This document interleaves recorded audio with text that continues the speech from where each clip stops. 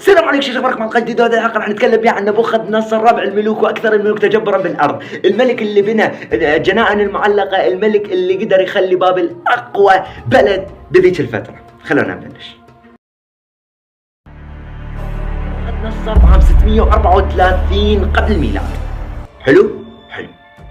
بهذه الفترة الزمنية كان أبوه يحاول أن يأخذ الدولة أو يحرر الدولة البابلية أو يحرر بابل من الآشوريين اللي كانوا محتلينها. فبهذا الوقت المعين طول تقريبا إنه إلا أن حررها أبو نبوخذ نصر. فلما حرر تقريبا شيء قليل من يمها أو حررها أو وصلوا إلى الحدود هكذا. اجى نبوخذ نصر وكمل مسيرة ابوه وقدر انه يحررها وقدر انه يدك الاشوريين دك. نوقف لحظة. هاي اللحظة راح نحكي بيها امور جدا مهمة. نبوخذ نصر او هذا الملك له اكثر من مصدر من النقوش التاريخية، وهاي مصادر صحيحة بنسبة 90%، لأن نقوش تاريخية وموجودة ولقوها، فمستحيل أو شبه مستحيل تكون خاطئة. والمصادر الثانية هي المصادر اليهودية من الكتاب المقدس. نبي الله محمد قال كلام اليهود لا تصدقه ولا تشذبه. فإحنا اليوم راح نسرد هذا الكلام مع النقوش التاريخية، وهيجي راح نجيب من كل الأطياف ومن كل الأديان ومن كل الأمور راح نجيبها ونحطها إلك من طبق من تحت. فحط لنا لايك واشترك بالقناة وخلونا نكمل. فهنا بلش يحارب الآشوريين ودكهم دك من حيث هزمهم بجميع المعارك اللي شاركوها ضد نبوخذ نصر. فهنا الآشوريين قالوا اوقف لحظة، احنا مستحيل نقدر نفوز بحدنا على نبوخذ نصر، يحتاج لنا معين او شخص يعيننا على نبوخذ نصر. وهنا دخلت مصر وقالت انا موجودة وانا اللي راح اعينكم ضد نبوخذ نصر، ونتقاسم الاراضي بالنص. هاي الاتفاقيات اللي كانت من جوا الطاولة وصلت لنبوخذ نصر بالشيء، وصلت لنبوخذ نصر. فأكيد نبوخذ نصر مستحيل أو من سابع المستحيلات نبوخذ نصر يسمح هيك ويسكت ما يسوي أي شيء. قام وحضر جيش جبار، جيش قوي، قدر إنه ينتصر عليهم. معركة اسمها كركميش. بهذه المعركة قدر إنه ينتصر عليهم ويدمر حياتهم حرفيا. بهذه المعركة قدر إنه ينتصر وأنهى آخر حلقة من الآشوريين. هذه الفترة دولة الميديا هذه الدولة بدأت تتدخل. طبعا أنا ما أعرف إنه جاي صح أو غلط، صحوا لي بالتعليقات إذا تكفون. هذه الدولة بلشت مثل تتحركش بالدولة البابلية. فهنا إيش سوى نبوخذ نصر؟ هو عنده حرب مع الآشوريين وهو عنده حرب مع المصريين، فما يقدر يعني صعب إنه يضيف دولة ثالثة عن متحاربة. فهنا في هذا الوقت راح وتزوج بنت الملك سيخريس اللي هي ريميس وميديا. اسم المدينة ما ادري، اسم الدولة ميديا وريميس. يعني مصادر تقول هذا مصادر تقول هذا، احنا راح نمشي ريميس لأنه اسم حلو. كيف السالفة؟ هنا لريميس كان اكو مصدرين. يقول المصدر الأول انه تزوجها على حب، والمصدر الثاني يقول تزوجها من أجل مصلحة. طبعا هو ضرب عصفورين بحجر واحد، هو كان بيحبها وكان من أجل مصلحة. فهمتوا كيف؟ فهمتوا الحبكة؟ هذا اللي وصلت له كل النقاشات اللي دارت بهذا الموضوع، انه هو تزوجها عن حب وتزوجها من أجل مصلحة، يعني عصفورين بحجر واحد. الولد ذكي يا اخواني. بهذه الفترة الزمنية قدر انه يحصل على سوريا وعلى بلاد الشام تقريبا حد لبنان. فقدر انه يوصل الى لبنان وقدر انه ينتصر على سوريا ولبنان وقدر انه يخليهم للدولة البابلية. حلو. بهاي الفترة الزمنية هو بقى على حدود فلسطين، يريد يدخل ويحررها. وهنا وصلت له رسالة انه ابوه قد مات، فرجع هناك من اجل انه يتنصب ملك على الدولة البابلية او بلاد ما بين النهرين. صار ملك بعد حرب قوية شويتين، قدر يحصل على فلسطين وقدر يحررها، وبوقتها سوى شبه مجازر. لأن المرحلة الثانية راح يسوي بها مجازر حقيقية. هاي المجازر لا ترى بالعين مجرد من المرحلة الثانية. فهنا التجارة البابلية قدرت انه تحصل على كل شيء من الخليج وحتى البحر الابيض. فهنا مثل اللي استقرت الدولة شويتين.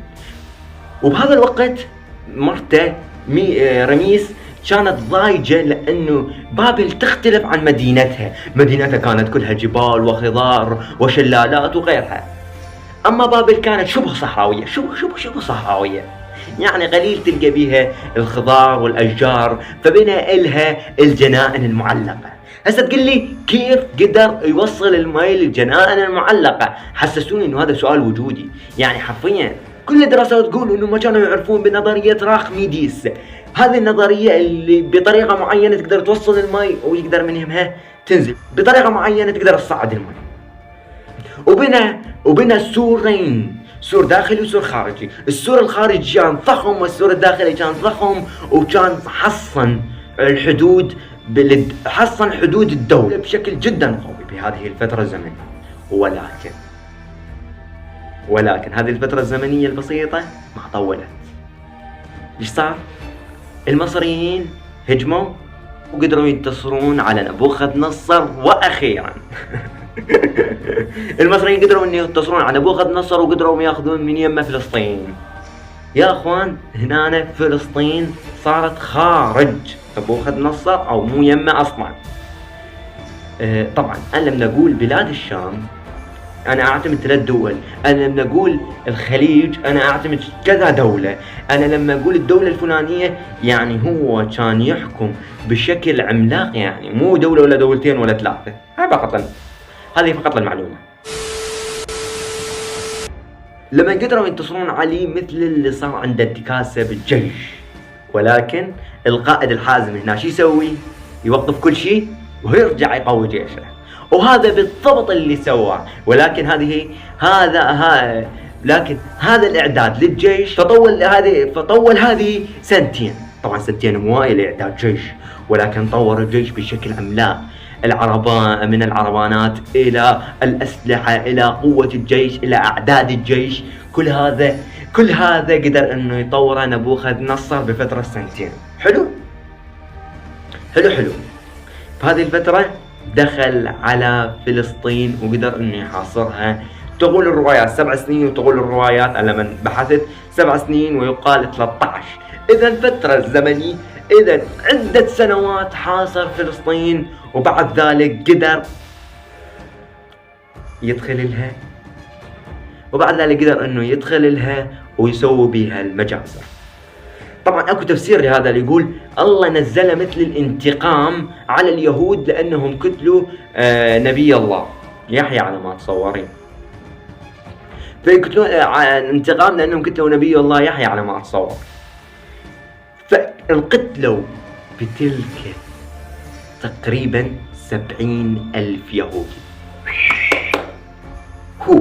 70,000. طبعا هذا الملك لفلسطين كان هو ملك من نسل نبي الله داود وسليمان ونسلهم. فهمتوا كيف؟ يعني هذا أسرى نبي الله دانيال معاهم، وقدر انه يحصل على فلسطين، وهيك الدولة مثل اللي نقول استقرت. وبدت الدول من بس يدز لهم رسالة انه راح اجي واحتلكم مباشرة، يقوموا يعطونا الجزية ويقومون يعطونا كامل الولاء له بسبب قوة جيشه وجبروته وعظمته، مثل الحكم العالم كله بهذه الفترة الزمنية. ولكن بالكتاب المقدس اليهودي ولكن بالكتاب المقدس طلعوا نبوخذ نصر على انه الملك القاسي المتجبر. كذا الملك صديق، اسمه صديق على ما اتصور، صديق هو آخر ملك من نسل نبي الله داود، كذا وحطه بكرسي وجاب أولاده وعدمهم قدامه، وبعد ذلك أفقع عينه. تعذيب رب الكعبة هذا، تعذيب نفسي قبل ما يكون جسدي.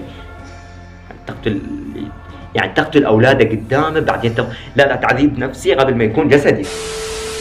لهم يقال إنه هو حلم ويقوم بتفسير الأحلام. جابهم كلهم حطهم مكان واحد، قال لهم أنا حلمت حلم. قالوا له حلو. قال لنا حلمك شنو؟ قال لهم لا انا نسيت الحلم، انتم تقولون لي شنو الحلم وتقولون انتم تقولون لي شنو الحلم لا بصق انا نسيت الحلم، انتم تقولون لي شنو الحلم وتعطوني التفسير. فيسمونه وقفوا قدامه يقول له انت صقت تحكي مال دافر انا طيكس جدوى شيء يعني ما يصير. كيف يعني اعطيك الحلم اللي انت اصلا ناسيه ما ترى من السالفه والله. فقال لهم يا اما تفسروا لي الحلم يا اما ستقتلون، يا اما ستقتلون. حرفيا ذاك الزمن وصلت هذه الحكاية للعالم كله، ووصلت لداخل السجن ولنبي الله دانيال. نبي الله دانيال قال في وقتها ونبي الله دانيال في وقتها قال أنا أعرف أفسر الأحلام وهذا من عند ربي، يعني أني مالي شغلة، هذا الله طاني. فلما حكى ويا الحارس والحارس حكى ويا مدير السجن ومدير السجن حكى ويا القائد والقائد حكى ويا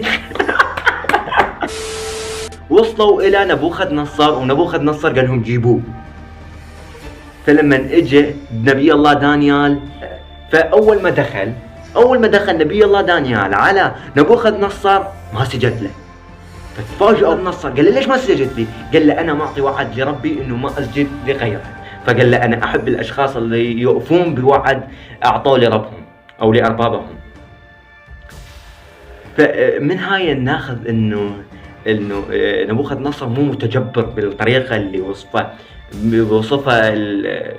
بالطريقة اللي وصفها بها الكتاب المقدس، إنه متجبر وقاسي. وهذا يعني من هذا الكلام يبين إنه عادي أنت إذا ما سجدت، لأن عند الملوك إذا ما سجدت تعدم أو تقتل أو شو يصير بيك بعد، أنت وحظك تبقى عينك. قل له الحلم اللي انت تحلمته هو شخص راسه من ذهب وجسمه من فضة وبطنه وشوية من رجليه من نحاس واقدامه من حديد واقدامه هاي اللي يمشي عليها متكونة من فخار، واقدامه هاي تمشي عليها متكونة من فخار.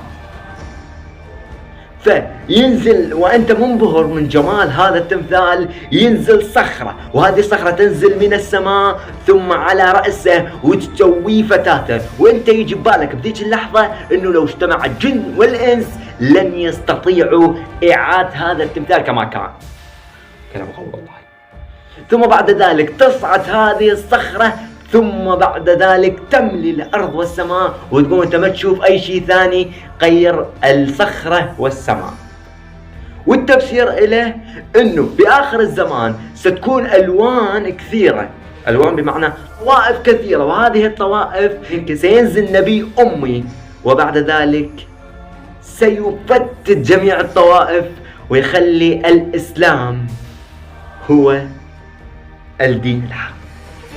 حرفيا هو هذا اللي صار بعد كذا 1000 سنة يمكن. حروب، وصارت عنده حروب مع بعض العرب داخل العراق. صارت عنده حروب مع بعض العرب داخل العراق، وقدر انه وهجرهم من اراضيهم ووداهم الى الانبار. يعني بذاك الزمن كانت الانبار موجودة واسمها الانبار نفسه.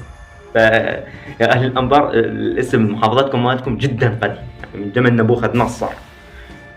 جيد والله. وبهذا الزمن قدر يحصن جيشه ويروح الى الحجاز، قدر انه يقوي جيشه ويروح للحجاز.